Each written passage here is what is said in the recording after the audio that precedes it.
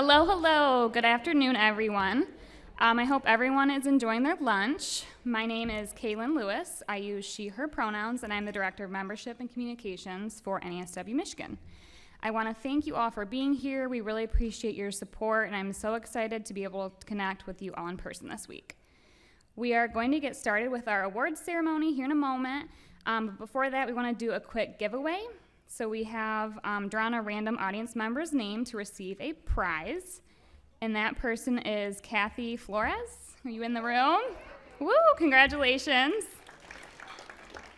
You can claim your prize at the NASW table just outside. We are doing several giveaways throughout the conference, and all prizes can be claimed at the NASW table, just a heads up. So we will be giving away 2 awards today, the Lifetime Achievement Award and a brand new award, the Emerging Social Work Leader Award. The Lifetime Achievement Award celebrates a Michigan social worker's lifetime of accomplishments. In honoring the Lifetime Achievement Award recipient, NASW-Michigan recognizes the best social work values and accomplishments demonstrated in the social worker's lifetime career. NASW-Michigan President Fatima Salman is going to introduce this year's Lifetime Achievement Awardee, Sherry Thomas Cloud, via video for us. Good afternoon, everyone. It saddens me that I wasn't able to join you all in person, and it saddens me even more that I wasn't in person to present this award to somebody that is so deserving of it. But yet, with the benefits of technology, we are able to be in spaces and places together somehow. It's an honor for us at NASW-Michigan that we can learn about, be around, and celebrate the work of some of the most dedicated and inspiring social workers in our field. Us social workers have the privilege almost every day to work with people who devote their lives to serving marginalized and vulnerable populations, and it's wonderful to be able to elevate those individuals and recognize their lifetime achievements, like those of Sherry Thomas Cloud. If there were words to describe Sherry and all her accomplishments, all I would be able to say is boss woman. But yet, the words that stood out to me the most after learning about her hundreds of accomplishments were those of her nominator, Wendy Fields. Wendy said about Sherry, "Sherry has earned many accolades and acknowledgments, yet she would trade them all in if it meant that one child, one family, or one individual in crisis could find some peace and dignity. What I most admire and respect about her is her unwavering dedication and commitment to her husband, her family, and God." Through her tireless work, Sherry has made profound impact on the lives of countless individuals and organizations. She has brought organizations that were falling apart to become striving and thriving. And what's most remarkable to me was that Sherry doesn't just focus on the end goal and the mission of that organization and those that it serves. She also works tirelessly to make sure that all those that are within the organization are taken care of. She leaves no one behind. It's not an exaggeration to say Sherry has helped to shape the very fabric of our profession. And for that, Sherry, we are all grateful for you. And as we celebrate this Lifetime Achievement Award, let's also take a moment to reflect on the pivotal work that lies ahead of us as social workers.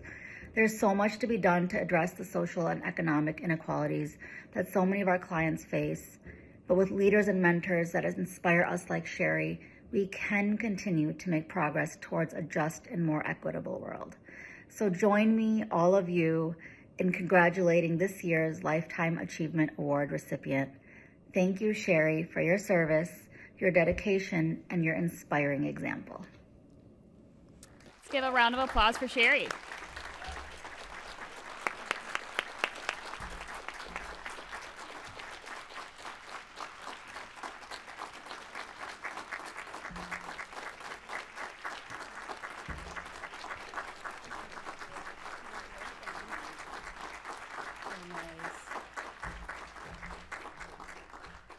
Woo-woo, right? Well, I'm a little nervous, you guys, but okay. I want to say good morning or early afternoon.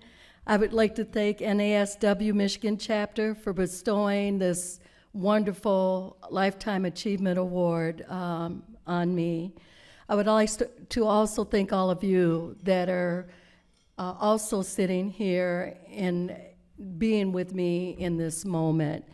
I would particularly like to thank my family that's sitting at this table, my dear friends, and my colleagues.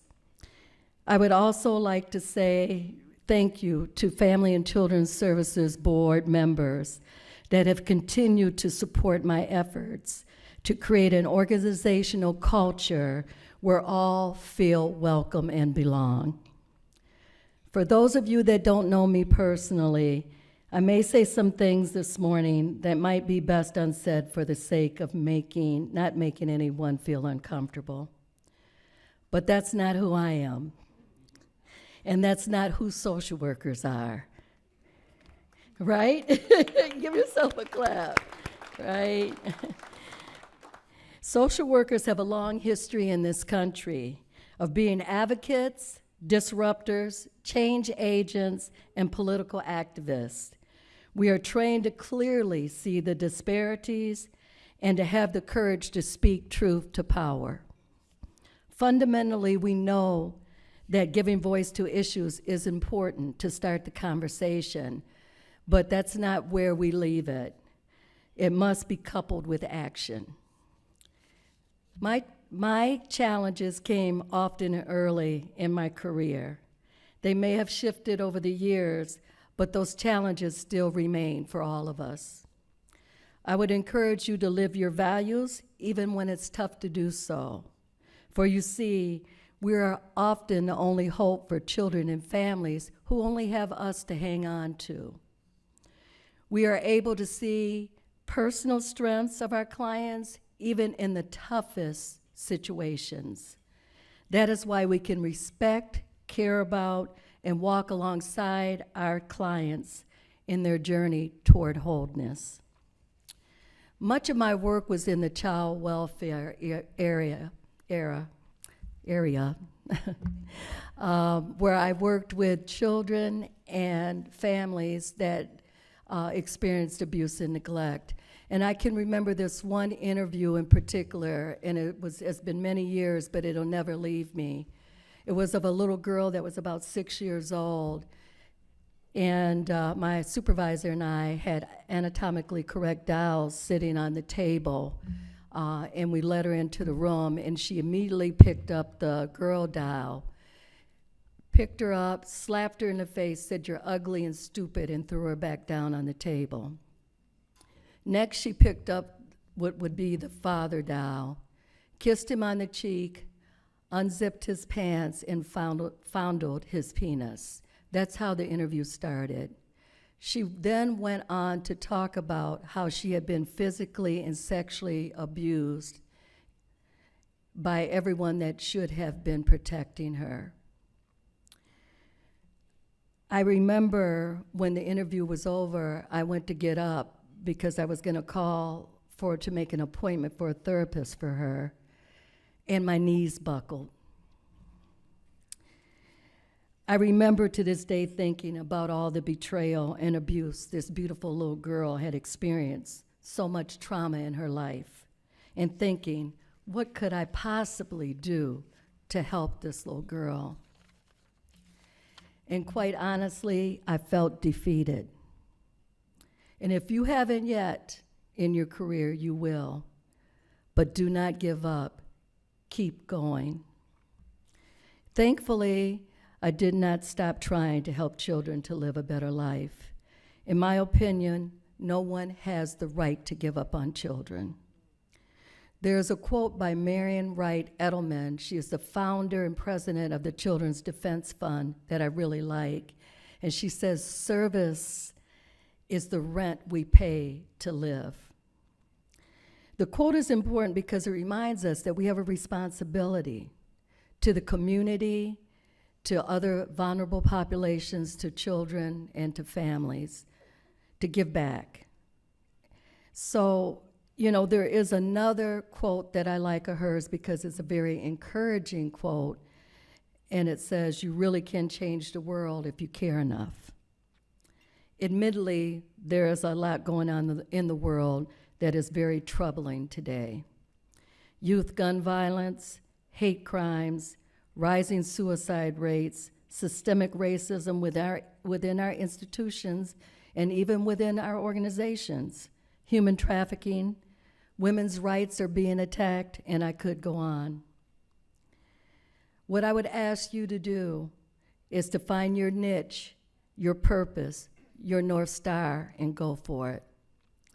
In closing, I want to leave you with this thought. Our social work values and ethics are our guideposts for when we need to stand up and speak up for children and families. It has nothing to do with what side of the political aisle you're on. It has everything to do with basic human rights. I would say to you, challenge yourself and ask, what legacy do you want to leave? My granddaughter bought me a pillow a couple of Christmases ago, a bed pillow, and it simply says, be a good human, right? And that's all I'm trying to be, and that's all anybody can ask of any of you. I sincerely believe that good humans can and will change the world for the better. Again, thank you for this wonderful acknowledgement, and I will continue to commit to doing good.